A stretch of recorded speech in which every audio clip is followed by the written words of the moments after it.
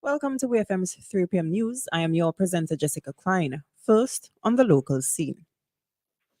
The coronation of King Charles III will take place tomorrow, Saturday, May 6th, at Westminster Abbey.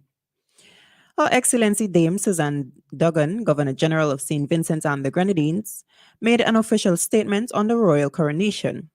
We hear more from the Governor General.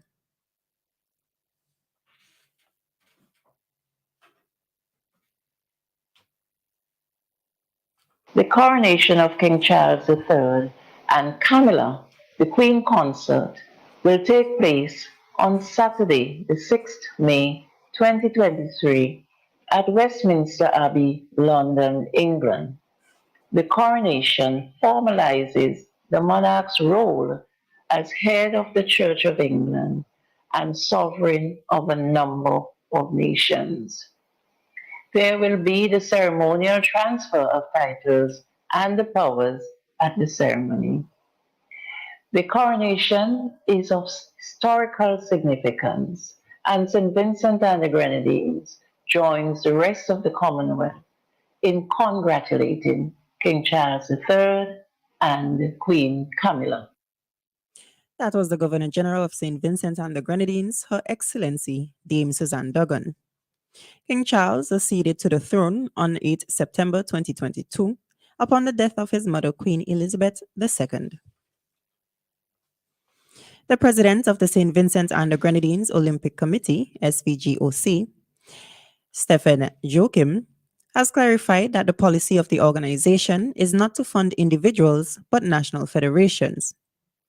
In reference to Searchlight News, Joachim's reaffirmation follows issues surrounding national female athlete Shafiqa Maloney, who is seeking funding from local sources to continue her training program in the United States of America.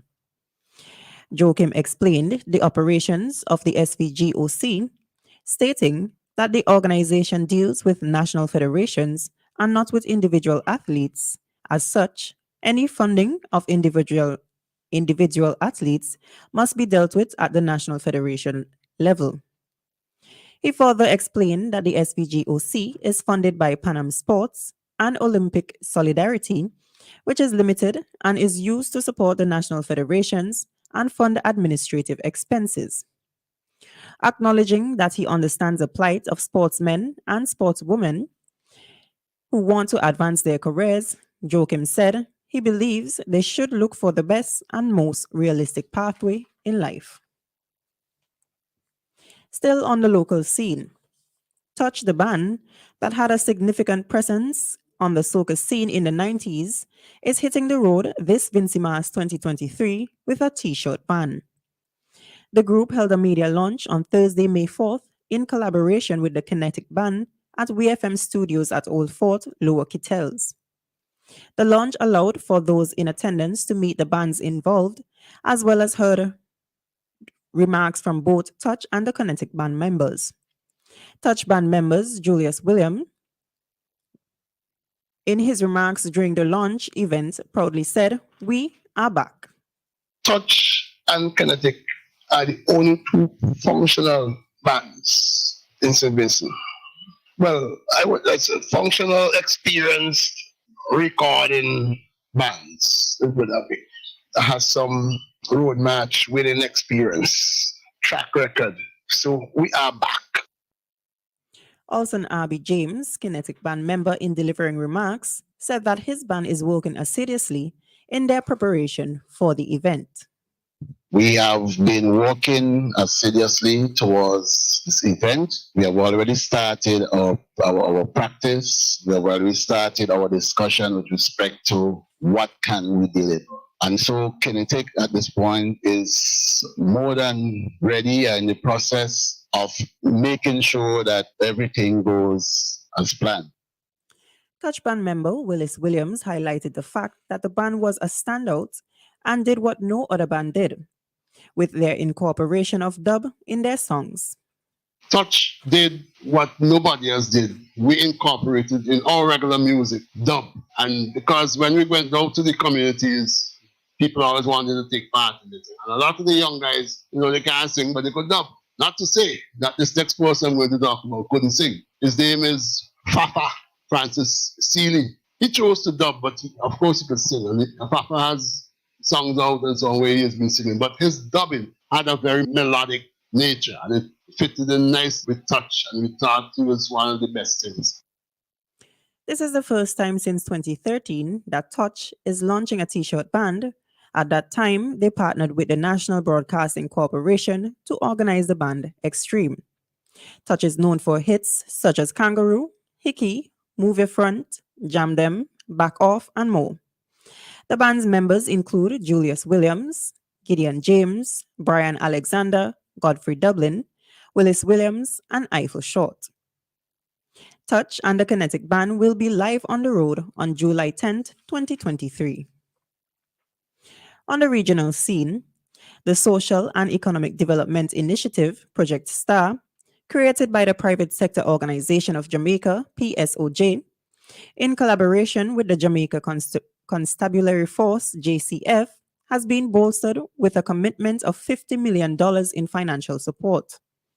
This monetary injection has been made by the Sandals Resorts International and its philanthropic arm, Sandals Foundation, and is valid for the next 5 years.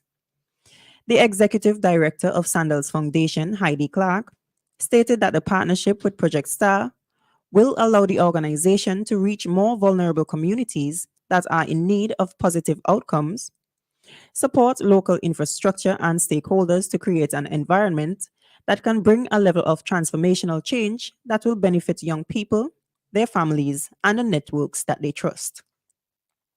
She also underscored that the ultimate hope for Project STAR is for a continued collaborative approach to social interventions being implemented across Jamaica, resulting in the empowerment of young people through positive shift in mindset, leadership in advocacy, and a resilient pursuit of their dreams, which, in essence, will benefit the wider community and nation.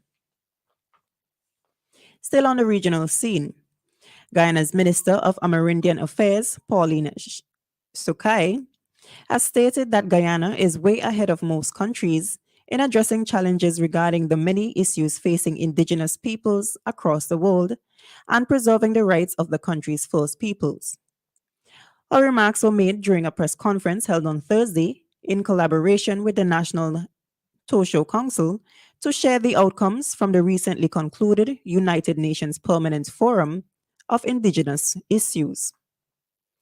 Guyana was represented by a team from the Ministry of Amerindian Affairs and the National Tosho Council at the United Headquarters in New York in the month of April 2023, and a fresh team was taken to Thursday's forum for exposure to the issues that challenge Indigenous people across the world.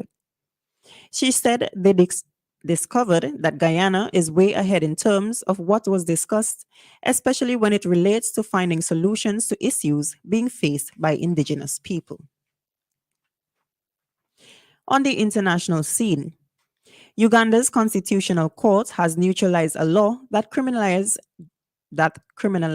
drugs and narcotics such as marijuana and cat. The neutralization follows a challenge by a group of cat farmers 6 years ago in response to the 2015 law. This has now been repealed in its entirety after the court ruled that it passed without the required quorum in parliament. For any law to be debated and passed in the Ugandan parliament, at least 1/3 of all members entitled to vote must be present in the House. Reports state that even with the law being struck down, there is, however, still a risk of arrest for growing, possession, consumption, or sale of banned or restricted drugs under the Ugandan law. In Uganda, security forces often raid and burn down or uproot cannabis and cat farms on private land. The sale and consumption of the herbs for recreational purposes is also illegal, and the police often arrest people for their possession. Across Africa, countries have been making moves towards the legalization of commercial growing and export of medical marijuana. This has been WEFM's 3 p.m. news. I have been your presenter, Jessica Klein. Join us again at 5:30 p.m. for WEFM's evening news, and we thank you for listening.